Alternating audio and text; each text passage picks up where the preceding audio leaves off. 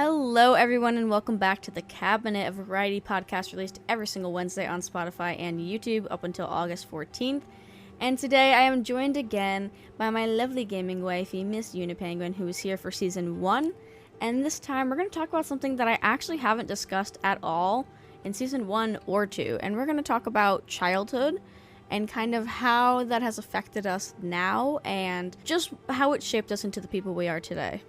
Also, as a disclaimer, so nobody thinks that it is their speaker or their headphones that are kind of acting up, but Pengu's volume gets a little disrupted here and there, and you will hear her voice get cut off in the middle of her sentences. So I apologize for that. We don't know what the issue is, but I just wanted to put that out there really quickly. And yeah, enjoy. Welcome to the podcast, Pengu. How are you today? Oh, I'm good. I'm good. How good? You? How you be? I'm doing. I feel like that's always my answers. I'm doing, man. Right? I never know what to say. My old response would be, yeah, pretty shit. But now it's just kind of like, yeah, I'm here, you know. I'm breathing. Yeah, I'm alive. I'm here. That's all there is to it. Nothing special. Today, we're basically just going to kind of go over, like, childhood. I was gonna say childhood trauma, but it's more of just like how our childhood has kind of shaped us into how we are today, and maybe just like the comparison of how it's been versus how it is now, and all of that sort of stuff. This conversation is mostly just gonna flow into whatever it's gonna flow into because it's us talking. And by now, for anyone who is listening, I think you all know that these conversations tend to kind of just go wherever they go. But you know what? That's why it's called the Cabinet, because it's all over the place. But, you know, I feel like the first thing of just starting off the conversation would just be how it was for you growing up. Like, your childhood, and also, this is mostly relating towards, I feel like I didn't clarify, this is mostly relating towards, like, parents, kind of. I feel like that's, like, going to be our primary focus, which I'm sure I know about a lot of, like, your stuff too, but, like, for everyone listening, a little insight on Pengu's childhood. A little preface. Yeah, like, and I feel like going off the parents thing before I answer the initial question is, I feel like that's the real only authoritative figure you have whenever you talk about, like, it's primarily a focus on your parental unit, because that's where you get all of your, like, experiences from. It's your examples and all that stuff. Especially if you're, like, an only child. I, unfortunately, was not. And I have two older brothers. Yeah. That made life just interesting. I feel to say the least. To say the least. It also made me a girly girl. Like, I grew up with the boys. I wanted to do what the boys were doing, and I wanted to hang out with my brothers. And one of the reasons I got into video games, that's all they would play until they got into wrestling, and then I no longer wanted to hang out with the boys. Yeah, that's fair. Because I was the wrestling dummy, and I was stupid enough to just sit there and go, yeah, I'll play. What am I doing? And then regretting every decision ever made. God, I feel that though. But, like, growing up was, and you have to understand, it was a completely different time, because I grew up in the 90s. And it was very much so, oh, you're thirsty? There's a water hose right there. I don't really care what you do, just be back when the street lights come on. Kind of a mentality. So growing up was a bit interesting, just because on one hand, my parents really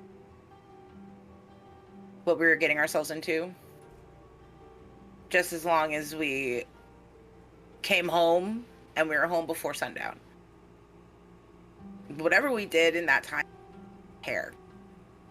And we had to come back home without any missing limbs. That was the stipulation my dad had. That's fair. No missing limbs, because he doesn't like hospitals and he doesn't want to go. Yeah, I feel that one. But in the same breath, like, my parents, like, my mom worked nights. My dad was had his own painting company, but he was an alcoholic. So dad was home, but dad was, so to speak. And mom wasn't around, and mom very much so had a whatever she doesn't know doesn't, like, it doesn't hurt her. Like, she turned a blind eye to a lot of things. Yeah. And to me, being young, that kind of gave me, I guess nobody really, like, I guess it's true, like, nobody cares kind of thing. Because, like, that's your mom. You, like, try to tell her about something, and she's like, that's not what happened. Well, how the hell will you know, lady? You are not here. I'm trying to tell you what's going on, and you literally don't care. That's great. I'm just gonna stop talking, kind of thing. And it kind of sucked, because I was the youngest of 3. I was the only girl. Brothers were being brothers, and they were dicks. Yep. And, like, so I really was a very secluded child. Like, I didn't really go to friends' house. Except for, like, my birthday.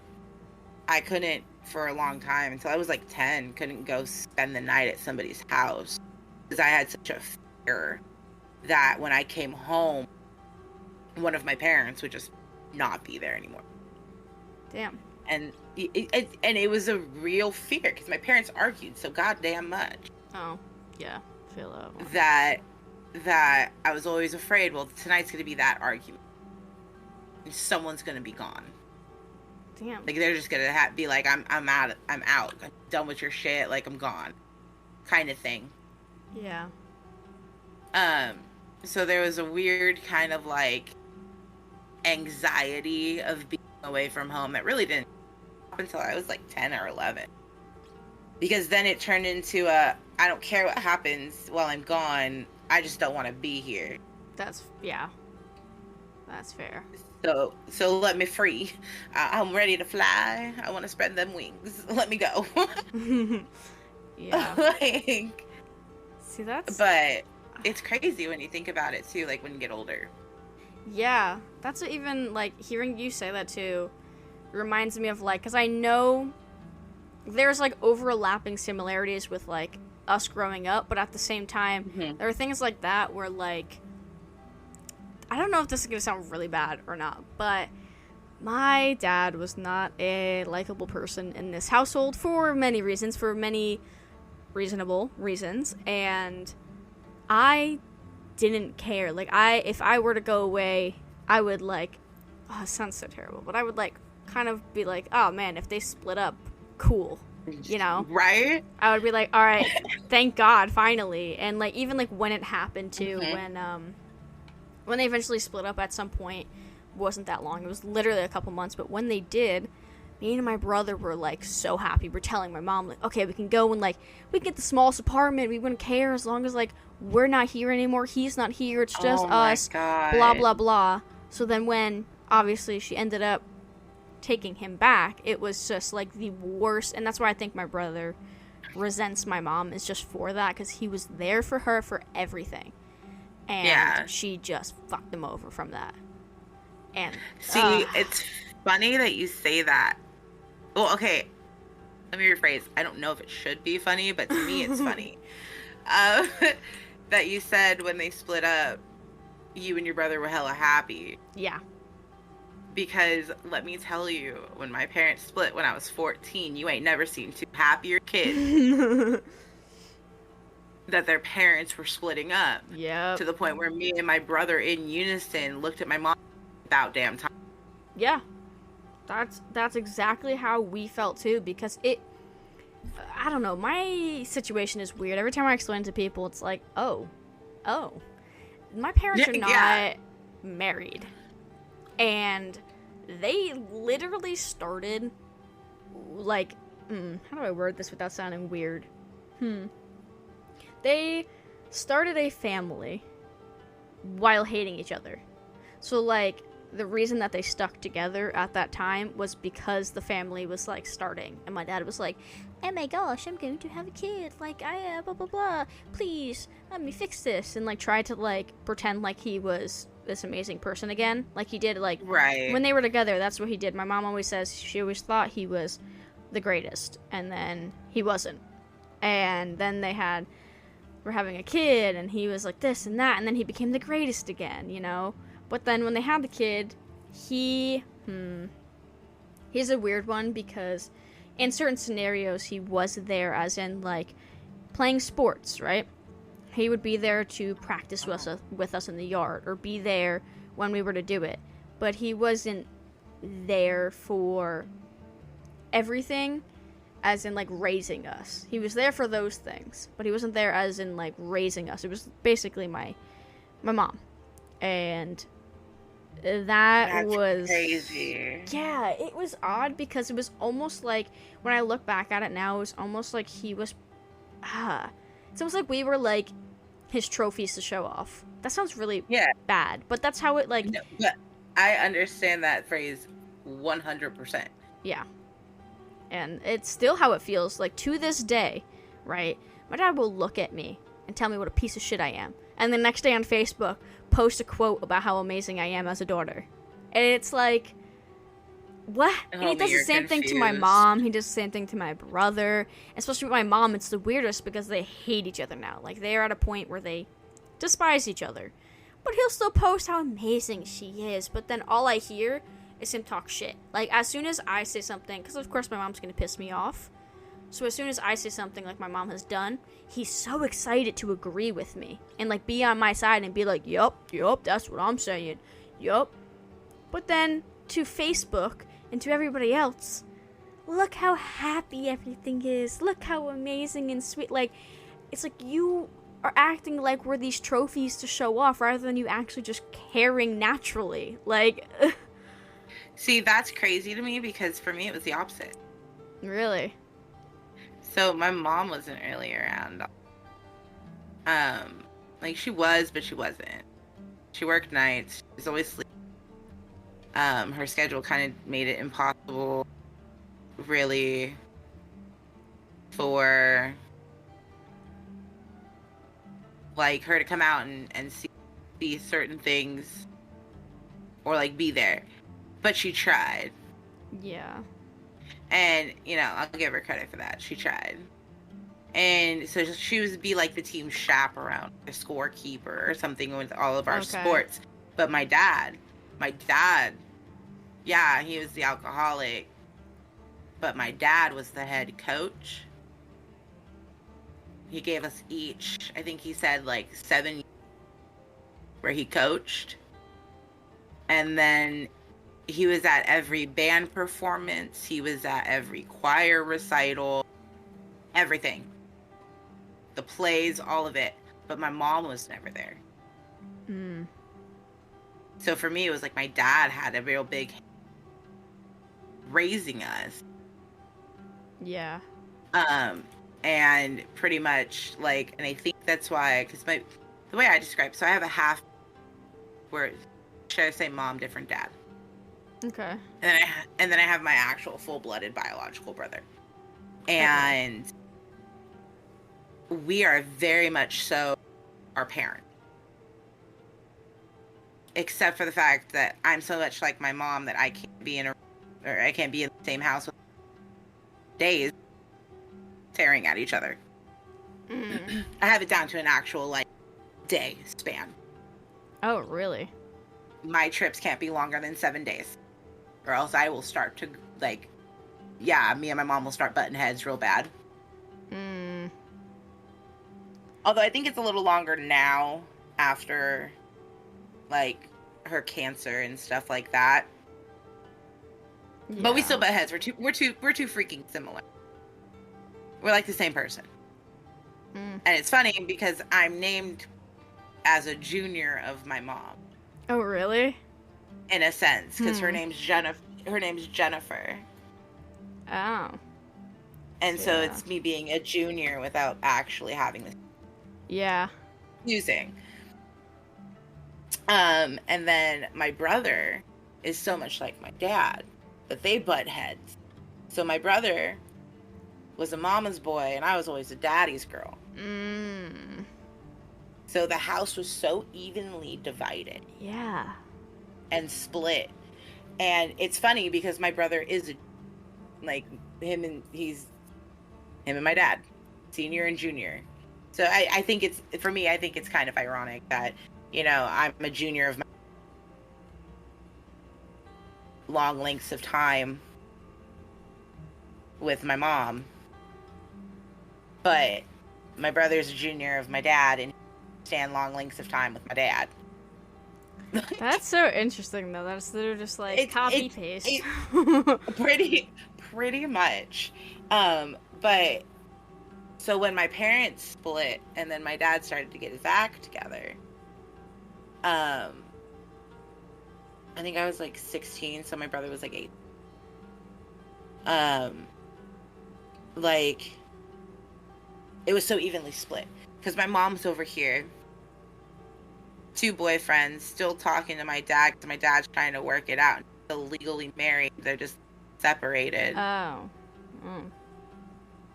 And my brother's like, I don't see anything wrong, and I'm sitting here going, cake and too. Like, you need to figure it out. Yeah. Stop being a hoochie. And, like, be an adult. Like, I'm 16. I shouldn't be having to tell you this. Oh, God. I feel that so much. Like, you're the adult, not me.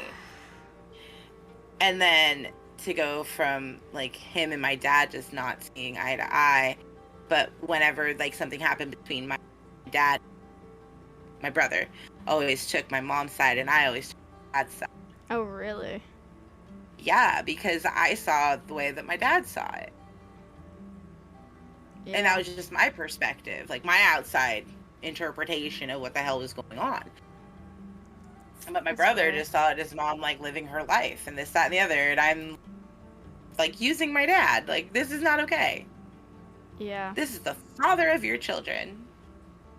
That's so interesting, too, to hear, like, how similar, because I know a lot of the times when people say, like, they're more similar to a certain parent, like, realistically, thankfully, even though my mom is a nut, I am more similar to my mom. Like, my humor comes from my mom, my introvertedness comes from my mom, and just, like, yeah. I feel like a goofy part of myself, like, the way that I am, like, a goofball, all of it is my mom.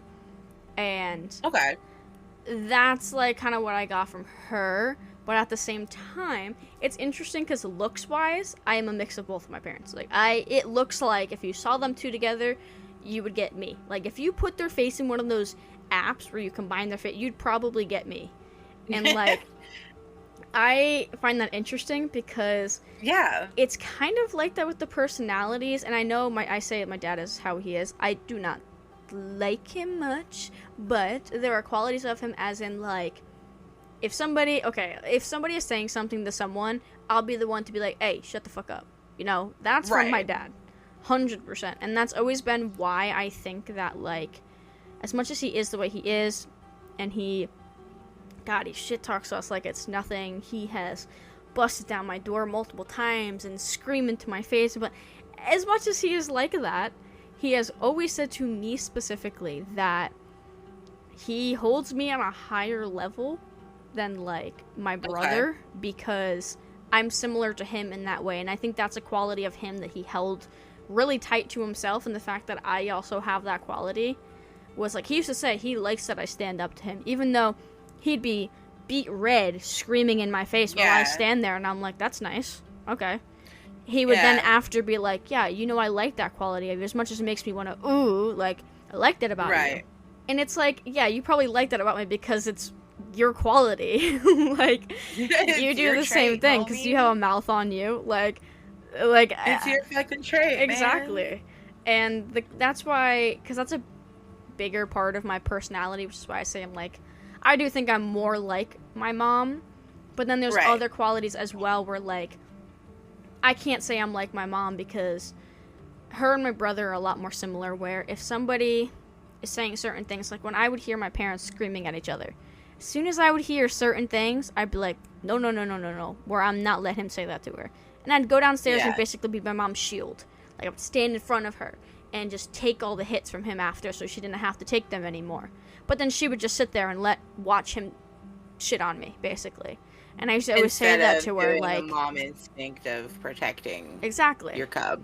And it's just like, her thing is never to speak up like that.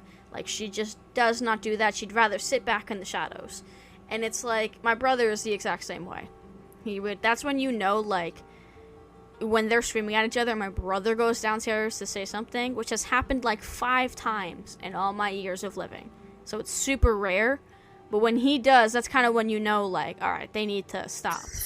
Somebody crossed the line, yeah. Exactly. Because my dad gets out of hand. That's the thing with, like, where I didn't get from him. Yes, I got the standing up for people and myself, but I'm not a piece of shit about it. That's a big difference, though. Right. As he is a piece of shit about it. I can be if you want me to be. If you start doing it to me, yes, I will do it back, no hesitation. But overall, if we're having an argument, I'm not going to start bringing in other things just to tear you down. Unless you start doing it to me. So, like, the quality he has where he just does that no matter what, yes, I have that, but I don't act like the way he does. Like, it's not right. to that extent. You have a certain level of tact. Yeah.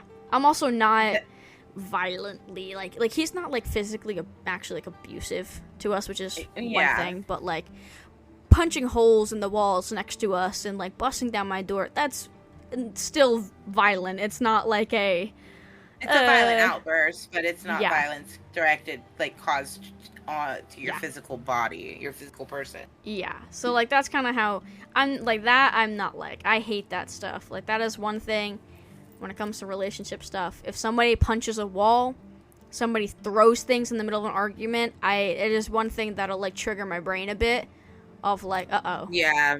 Yeah. That's a scary thing for me. That makes sense.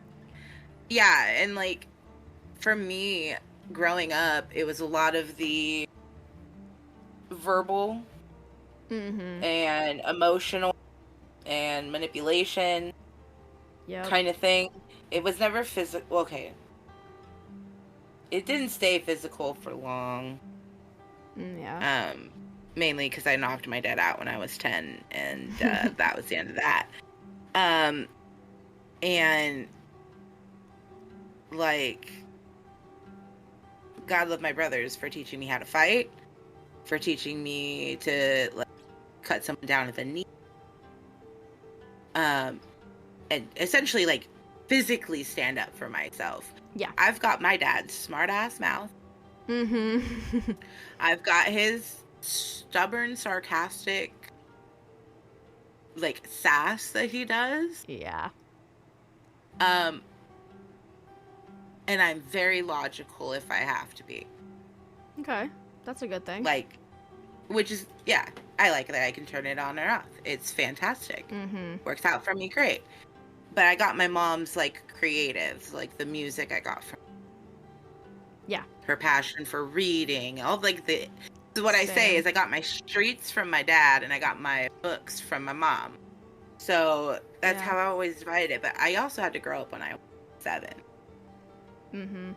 I would be the one that was cleaning everything, literally relate myself and be like, where are my mice friends to help me do my chores? This is bullshit. I ain't got no help. It was just me. But, like, I used to do, like, a lot of the cleaning. His mom was always sleeping during the day and worked at night. Yeah. Like, I was the one making sure my brothers, and I was making their lunches. I was, you know, doing X, Y, and Z. And so I grew up when I was 7. I don't think I have, like, because I didn't go over to friends' houses every weekend. I didn't actually have a life. Sports was my way of having a life, and sports. So I threw myself into those 2 things. Yeah. But at the end of the day, those 2 things are a huge, like, backbone of who I am and now. Yeah. Like, we all know Pengu gets competitive. Yeah. You know, I won't hide it.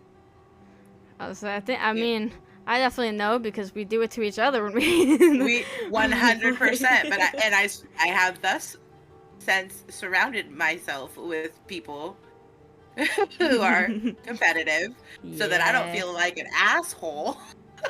Yep, I feel that. Makes me feel like shit, right? To be competitive and the other person isn't. It's like, I almost kind of like, I like that I'm Yeah. competitive because I like to win, but at the same time, imagine being able to be that chill. Like, that Right? sounds kind of Like, cool. that sounds amazing. And it's funny because, like, I've, I've been able to, like, figure out how to be competitive when I'm playing with those types of people, and then how to not be competitive when I'm not playing with those types of people. Yeah, And it's like that moment, it's like that aha moment where you're like, yes, I finally I've made it, mom. adapted. I adapt. But so without like all the bullshit that I went through as a kid, I don't think I would be as honestly as empathetic and understanding as I am, Yeah. because it wasn't like I had rainbows and butterflies all of the time. Mm-hmm. Like, it was just a very skewed version of love. Yeah. And that's translated into relationships. My relationships are extra fire. I've accepted this. They are just over there burning. No. But it's fine. Like, you live, you learn, you move on. You know, you figure it out at some point. Yeah. But Or you start to, anyway. Yeah, I was gonna. At some point. It takes quite a lot of time.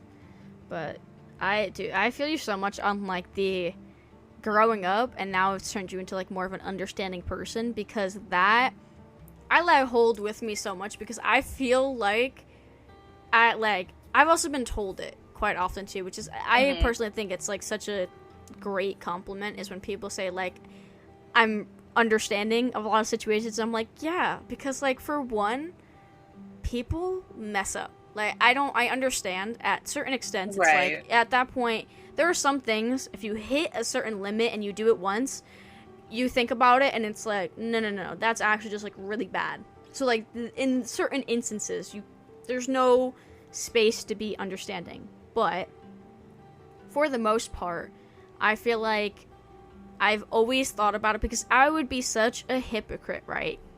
If someone were to mess up or say something bad, and then I would be like, oh, that's it. Because what a hypocrite I would be. I'm like, dude, you think I haven't said something that I probably shouldn't have? You don't think in the moment in an argument I said something that maybe was too far? I'm sure I have. So, like, why would I hold it against you? It's not about, like, it's not always about, like, when you, it's literally just, like, if it repeats, you know? Then there's a problem. Yeah. It's one thing to be a one-off instance. That, oh my god, I'm human. It's called human error for a reason. Like, there is a little bit of wiggle room.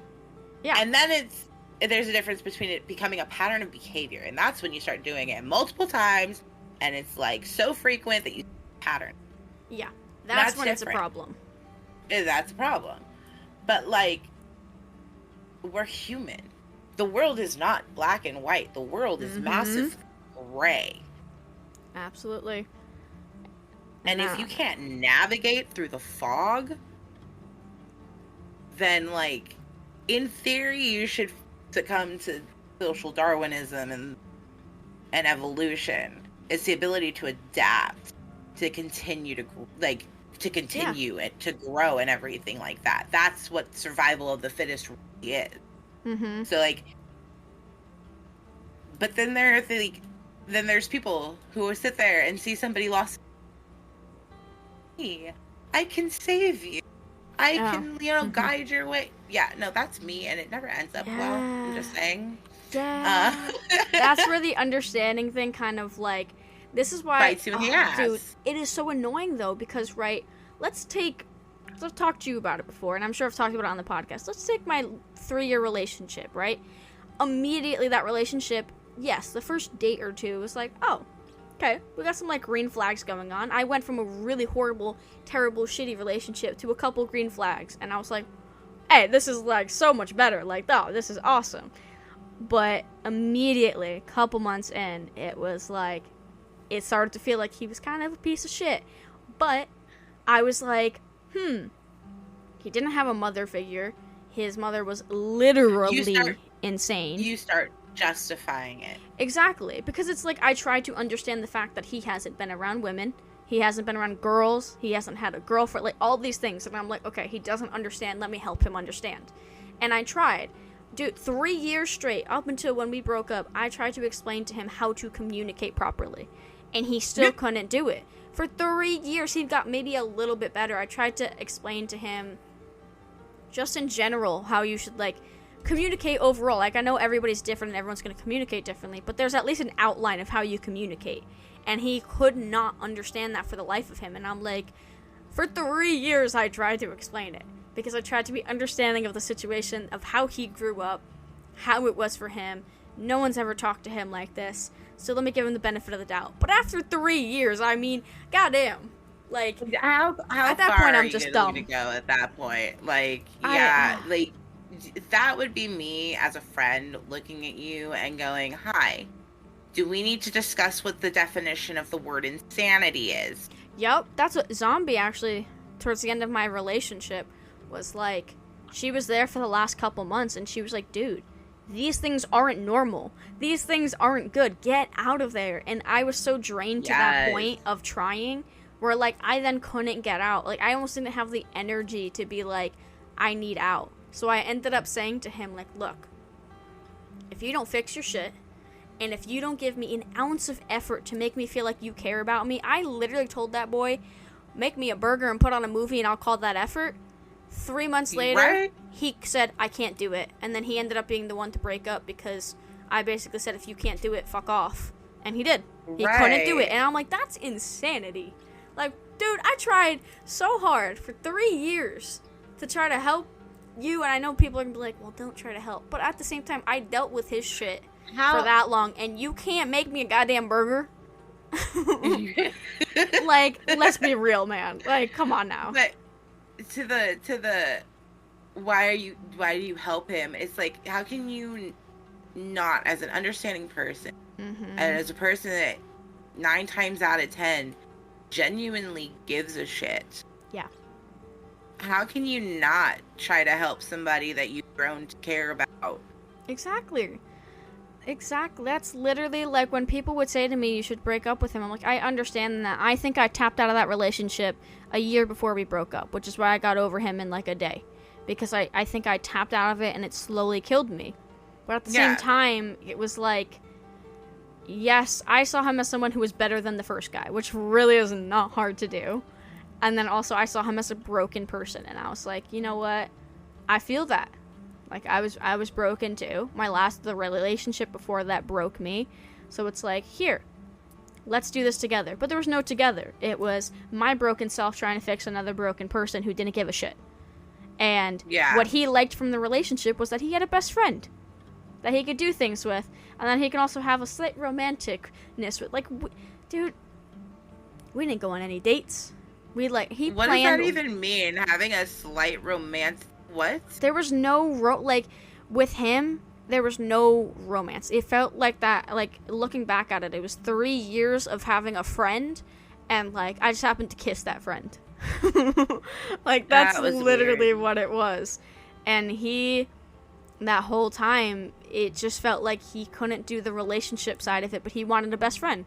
And it's like, why do you need me for that? I don't understand. Right? Even though everything was always my fault anyways, but I just find that interesting that we both have such a strong, like, that is such a strong quality of, like, trying to understand and help people, and yet our childhood the whole time was just like, hey, you want to get shit on? For real, dude, like who was there to help us? Where were you when I needed you? Yeah. You know, when I was 7. But that's probably why we are that way, too. It's just that, like I said, like, for me, like, with my mom, when I would stand in front of her, like, I was a shield and just let my dad shit on me after, and I just took the hits, and she didn't say anything. It's like, I had no one there to stand up or help me or understand me or anything. But, like, it's probably why I do it now. And I'm still a shield to people, which, after last year with my friends, I learned everyone kept telling me, stop fighting people's battles for them. And I'm like, that's all I ever did. Like, It's hard when that's all you used to do because it's so ingrained. Yeah. At that point, it is so just, this is what I'm supposed to do. This is what I'm conditioned to do. Exactly. Like, I was never told no. Like, no, my mom never said, no, don't do that. It was like she would just let me take the hits. So, like, when I had friends who would say, hey, I need you, and I was like, okay, I'll come in here and, like, take the hits for you. And I did. And then after, I hear that, like, I'm being shit-talked. I'm like, dude, you asked me, I did it for you, and somehow I'm a bad guy. Like, you asked me to do this, so I did. But yeah. I'm evil in this? Like... Yeah. I was always the bad guy because I was everyone's shield. How does that work in your brain? And yeah, when you can stand up for other people, you're just the bad guy. And it's so... every time. No, and then you learn to play devil's advocate. By that time, it matters. Oh, yeah. Yeah. Like, once you disagree with somebody else, you're a bad guy. 100%. And most people don't have the mouth to, like, be there for you. Which is why someone like Mackenzie, which I'm sure I've talked about on this podcast before, but that's my best friend. She was the first person in my entire life, and this was just last year. So it was 23 years of living. And she's the first person in my life who stuck up for me. Because I was in a group chat with my friends, and I was really depressed. This was towards the end of my relationship, and I was drained. I couldn't get up out of bed. I couldn't do anything.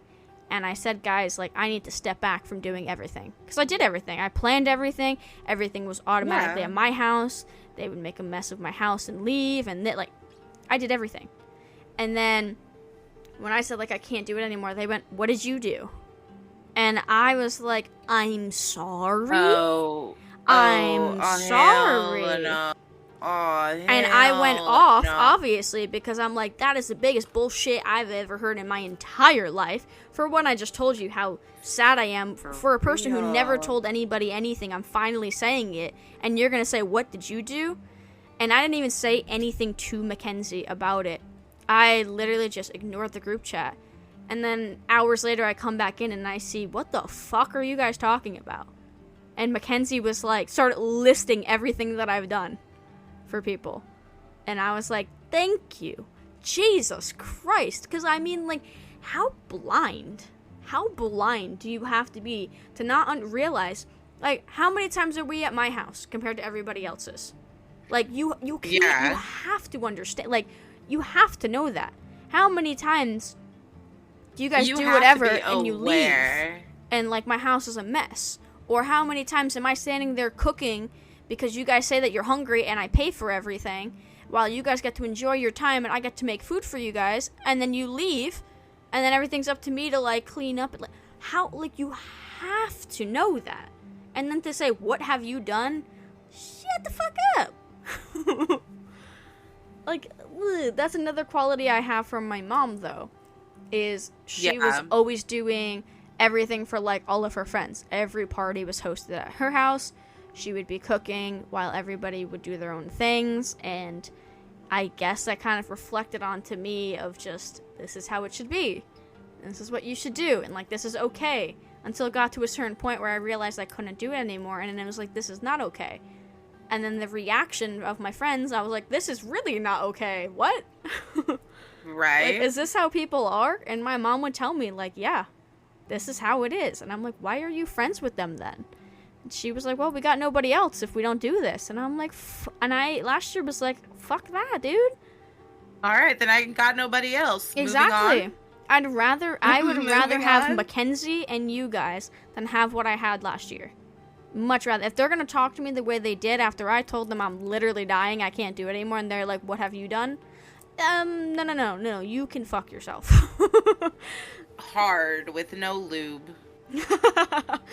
For real. That's exactly, my mom kept saying, like, but now you don't have friends. And I'm like, they weren't friends. But like, they weren't friends if they're asking like that. Right? Like they just weren't friends. And yeah, that's when I realized that I was holding on to them. They were not holding me back. Like, they were not holding on to me back. Yeah, no, that's one of those of I'll never let go, Jack. I will watch you sink to the bottom of the ocean Yep. without breaking a sweat. That's a whole different story for some other time, but Another basically, time, yeah. I was left to sink, literally. Yeah. But it is But interesting to see things that your parents have done, and now you do it because you think that's what you should be doing, you know? right, because it's that monkey see, monkey do concept. Mm-hmm. And, you know, I saw my mom once we separated from my dad. I was 14 when they got separated. Put in perspective for you. But my mom worked her ass off. Like, worked her ass off. Multiple jobs. Was still, you know, doing her hobby. Like, she used to bowl and leave. Still bowling a ton. Oh. And, like, doing all of these things. And I think, I know that's why I do nothing but work. Yeah. Because I had that example. Whereas my dad was an alcoholic, I don't drink. There's that example. And it's interesting when you see exactly how your characteristics of your personality or who you are, because I don't know if you're in a state of feeling like you've found yourself or whatever. But, like, it's interesting when you see all the people start to, like, lay out to how they affect you. Yeah. Like, music's my sanity, because what I can't write down and express, what I can't verbalize, because I was told as a kid that I'm just being dramatic. It's not as bad as it's, like, I'm making it out to be. You're just being a crybaby. Like, I became very secluded. Yeah. Such a hermit. Yeah, you know what, that makes me wonder, like, you saying that makes me wonder if that's why I became so introverted. Because I was not introverted as a kid. Like, once I got to, I don't know, it slowly decreased over the years, but when I was at least 12 and before that, or like 11 and before that, I was like, look at me, and you know now I'm like, please do not look at me. Right. But when I was younger, I like always wanted to be on camera. I'd have the cheesy smiles and all the pictures. I'd be like, just how I was. I was loud. I was this. And now I'm like, don't talk to me. I like my one-on-ones with people. I don't want more than 4 people at a time. And, like, I don't like communicating with people. Not communicate, but, like, I don't like talking to people too much. And I get nervous, anxiety, like, all this stuff. So, like, I wonder if me being told all of those things, like you were saying, is the same reason that I'm the way that I am. Yeah. Yeah. Because it might be. And to be fair, it probably is, because, like, but here's the trick. So I've always been extroverted, like an extrovert, but an introvert. I've been a middle. Yeah. I don't know what you call it. It's like an ambivert or something. I don't remember. Ambivert, yeah, something like that. But I'm in the middle, because when I'm at home, I'm super secluded. Like, I'm in my room, I'm doing my thing. I can keep myself entertained. Mm-hmm. I don't need people. I don't want people. Peopling all day. Done. Please don't make me people anymore. I don't have the spoons for that. When I'm out and about, I'm super personable. I'm super social.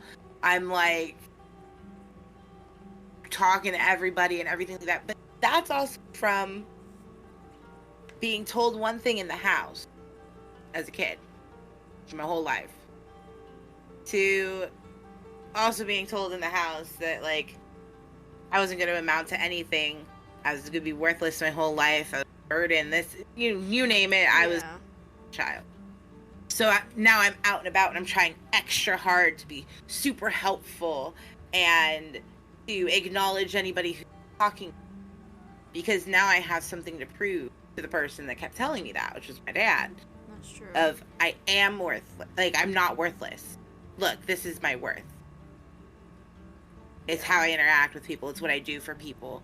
It's how available I am to be there when somebody, to show you that I'm good enough, because all these people think so.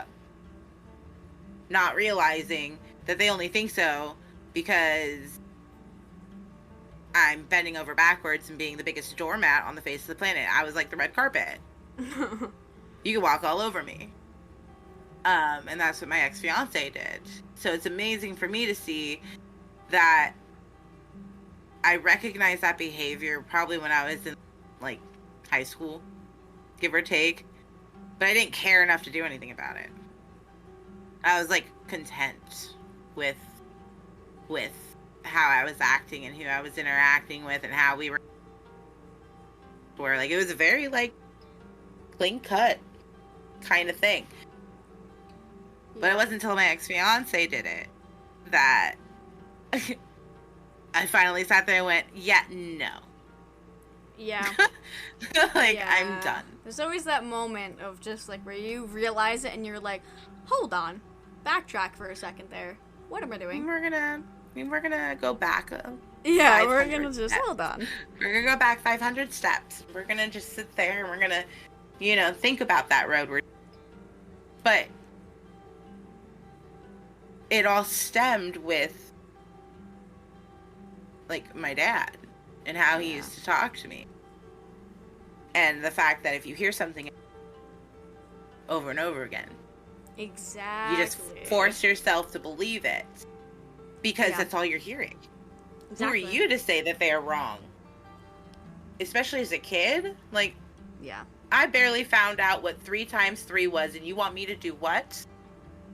Mm-hmm. You want me to figure out this big existential thing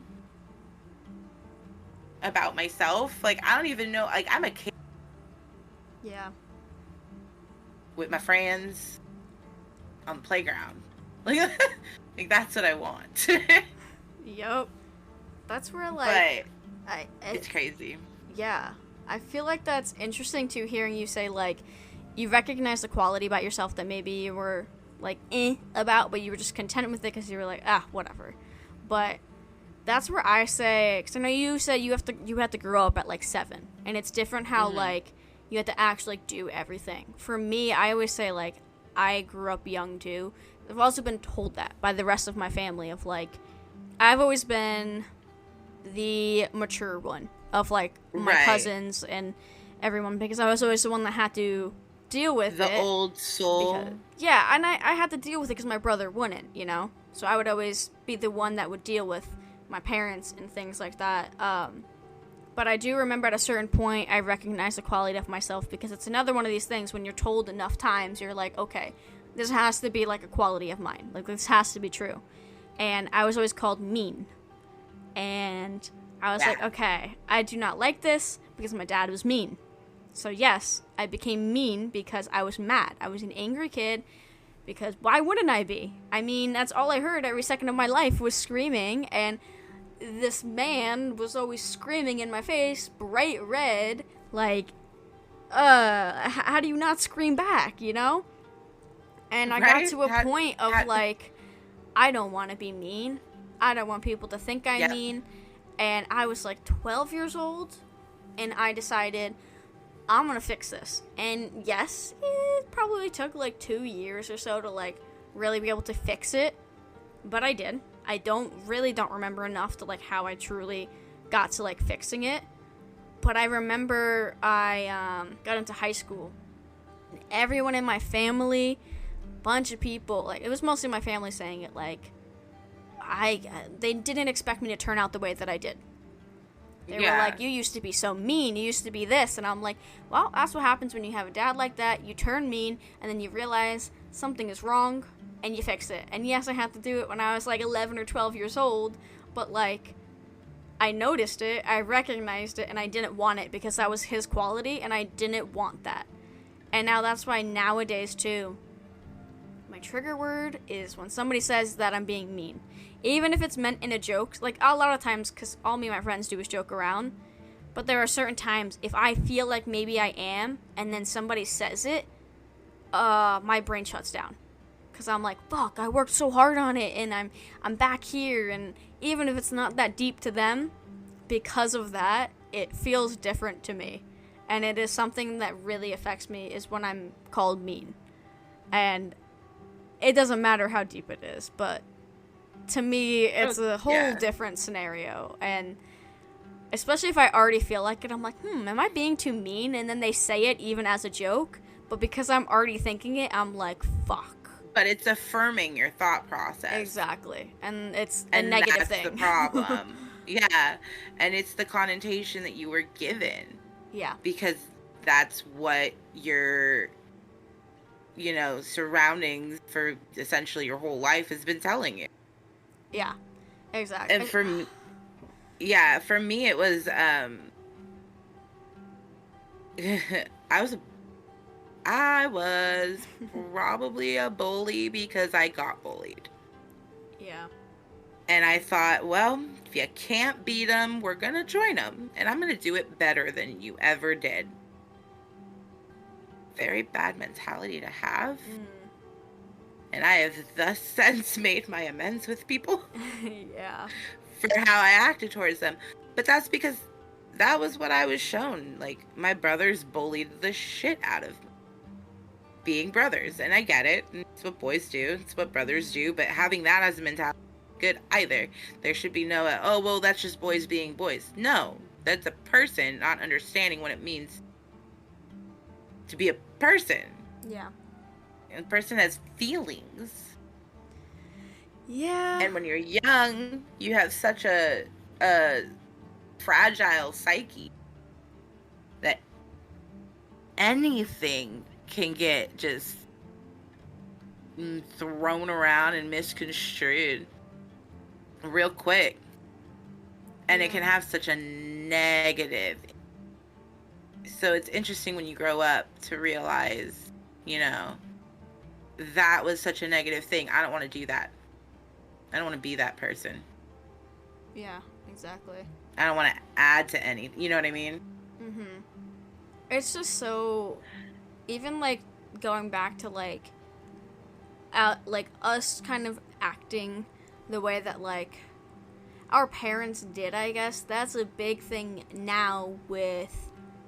I don't know how to... Okay, this is, like, a now thing. Now as in, like, the past 5 years or so. But... Okay. Current as well. My mom. How their relationship has been and how she has had to live as an adult and with kids. She has her certain ideas about things that have to happen. For me, because I am the girl. Yes, she does it to my brother too in certain instances. But she reflects what she didn't do onto me. So, I know we chatted about this a little bit before, but my mom with money, it's always like... Money, money, money, money, money. Like, what is the boy that you're seeing do? What is this? And it's always judged based on how much they make or what they do, how much they work. And that's because she had my dad, who is lazy, doesn't work, doesn't do anything, and randomly would be like, oh, I've done this and this and this and this. But when in reality, he really hasn't done much. He never had a steady job his entire life. He's been unemployed for a while. Like, it's... She sees me as, like, this is what you should have, is more than this. And I get that. And that's why I see what she is saying, but when I have to hear it every single day of my life, as soon as somebody I'm seeing is brought up, then it's like, okay, you need to stop. Like, you can say it to me once. I've had this discussion with her so many times, because she'll then go, oh, you just can't listen to what I'm saying. You always overreact to everything. I'm like, no. I hear this every second of my life. I cannot talk about a boy without hearing about this every second of my life. There's a certain point where you have told me it numerous times. I got it. Cool. Stop. Like, you've done enough. And that's why, with the current person I'm seeing, I've heard this for the past 2 months about job and this and this and this and that. She's heard everything. I've told her everything. I've told her what he does. I told her he makes a decent amount. I've talked about, and I have still had to hear it every day of my life, every time he was brought up, and it would piss me off of, like, can we just have a good conversation about him being a good person, or do we have to talk about how much money he makes? Because it would happen every conversation. And then her asking me this week again, specifically how much he makes, and I'm like, dude, you've asked enough. You're done. I'm done answering your questions. We're done with the money talk, okay? Because that's not going to affect anything. And I'm not you, so that's enough. I said it to her. Like, I am not you. Stop it. Because she does the same thing with my own job, right? Like, that's why nothing is ever enough for anything that I work. Like, her telling me working 3 days right now, even if it's eventually 12 hours for 3 days, that's not enough because it's 3 days. Because with her, she's never had a great paying job, and she wishes she has done more. That's why college was pushed down my throat specifically rather than my brother. That's why, same with relationship things. If she sees anything slight, she panics. Or if anything is slightly different to what she's experienced before, she panics and then starts going through all these bad things. And it's like, I get you technically, in your own way, want better for me, but this is not how you do it, because all you're doing is pushing me away. That's it. Because I don't want to hear this every time. I don't want to hear the negative of every situation every time. Just want to have a good conversation about something for once. Right. Without a negative and a what if being thrown in there.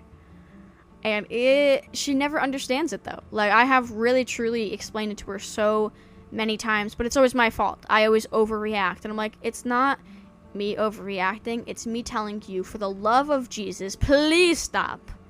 Let me live. Holy. Literally, just like, let me live. Let me make a mistake. Let me do this. Let me do that. Let me experience life. And she won't, dude. I even told her about, like, moving at some point, and she literally went, no, you're not. And I was like, what do you expect? Do you want me to be here my entire life? And she was like, yeah. I'm like, that's not how that works. Like, I just don't understand. That's not how any of this works.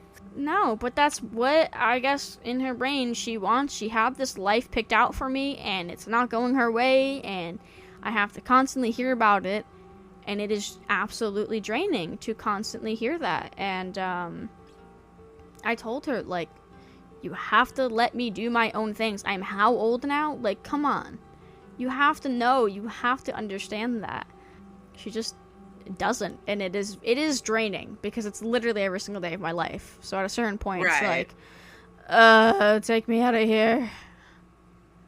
Just put me out my misery, thank you. Right, literally. But yeah, hey, on that note though, really random note to end on, but I don't want us, because I know we're gonna get into a new topic after that. And then it's gonna 100%. We're gonna have another 20 minutes after, yeah. But hey, we didn't get off topic too much. I feel like one time maybe we branched off into friendships, but I'm proud of us. Yeah, like, we did pretty good. We did pretty good this time. We're getting the hang of it, right? At least for this, like, other conversations we have, we can be as off topic as we want. But for the most part, how we normally, I feel like we did pretty good on this one. Facts. But yeah, thanks for joining, Pangu. Absolutely, that was fun. It's been a while. Yeah, it's been a hot minute, especially since we had like a real deep talk like that too. So glad we got it out. And like, I genuinely feel like the differences between how we grew up and then that overlapping thing that we had, even though we experienced two different things, is such like a good conversation, you know? It really is, and it's really crazy when you think about it. Yeah, just like how it overlaps even though it's not the same, you know? Oh, 100% not the same, yeah. But yeah, I hope everybody who was listening, I hope you all enjoyed it as well. And again, if you guys ever have if you ever want to start a talk or something on Spotify, I know you are able to, and as well on Twitter.